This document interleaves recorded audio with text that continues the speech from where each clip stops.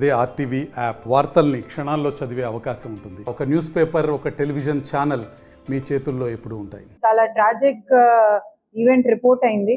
First మనకి వచ్చిన news ఏంటంటే ఏఎస్ఆర్ జిల్లాలో ఇద్దరు చిన్న పిల్లలు చింతపల్లి మండలంలో చనిపోయారని.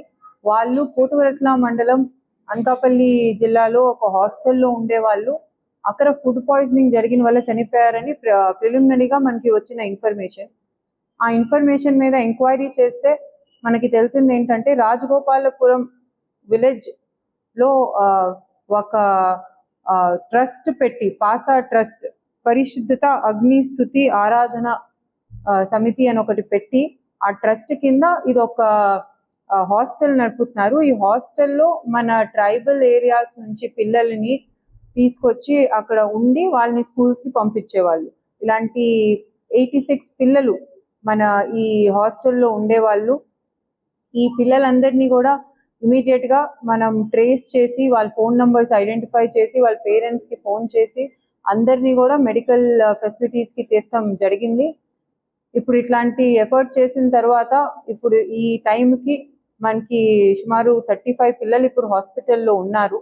అందరికీ కూడా మంచి చికిత్స పొందుతుంది. అండ్ తర్వాత 3 పిల్లలు వి లాస్ట్ ట్రాజికలీ. 2 పిల్లలు చింతపల్లి మండలంలో, ఒక child from Koyyuru mandal have lost their life.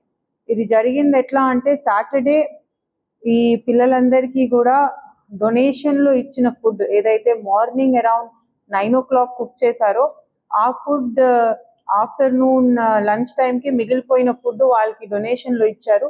ఆ ఫుడ్ నుంచి ఆ పిల్లలకి రాత్రి డిన్నర్లో పెట్టారు. ఆ ఫుడ్లో కొంచెం డికే ఆర్ కంటామినేటెడ్ ఫుడ్ తినటం వల్ల ఈ పిల్లలకి ఫుడ్ పాయిజనింగ్ జరుగుతుంది అని మనం ప్రిలిమినరీగా అనుకుంటున్నాము. ఆ పిల్లలు నెక్స్ట్ డే మార్నింగ్కి వాళ్ళకి వామిటింగ్స్ అలాంటి ప్రాబ్లమ్స్ మొదలైనవి. దాని తర్వాత ఆ పిల్లలకి చికిత్స ఇప్పించకుండా వాళ్ళని వాళ్ళ పేరెంట్స్ని పిలిపించేసి వాళ్ళ విలేజెస్కి ఏ అయితే ఏజెన్సీ ఏరియాలో ఉన్న విలేజెస్ ఉన్నాయో అక్కడికి పంపించేశారు. సో దానివల్ల ఆ పిల్లల సిచ్యువేషన్ ఇంత సీరియస్ అయిపోయి ఇలాంటి పరిస్థితి వచ్చింది.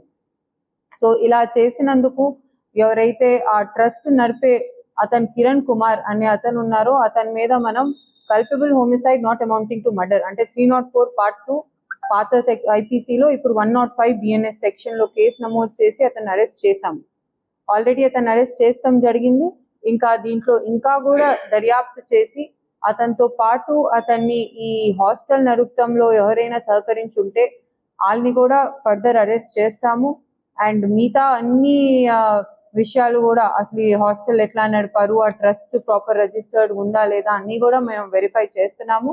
వచ్చే రోజుల్లో అతనికి శిక్ష పడేలాగా గట్టిగా ఇన్వెస్టిగేషన్ చేసి తొందరలోనే ఛార్జ్ షీట్ కూడా ఫైల్ చేస్తాం. హైదరాబాద్ సుచిత్ర సర్కిల్ కి ఒక విశేషం. మీ లలిత జ్యువెలరీ సుచిత్ర సర్కిల్ కి వచ్చేసింది. ఆగస్ట్ 18న బ్రహ్మాండమైన ప్రారంభోత్సవం. Lalitha jewellery, A block, Green Park Avenue, Suchitra road. మీ లలిత జ్యువెలరీలో ధరలు చెక్ చేయండి. డబ్బులు చాలా చాలా ఆదా చేస్తారు. డబ్బులు ఎవరికి ఊరికే రావు.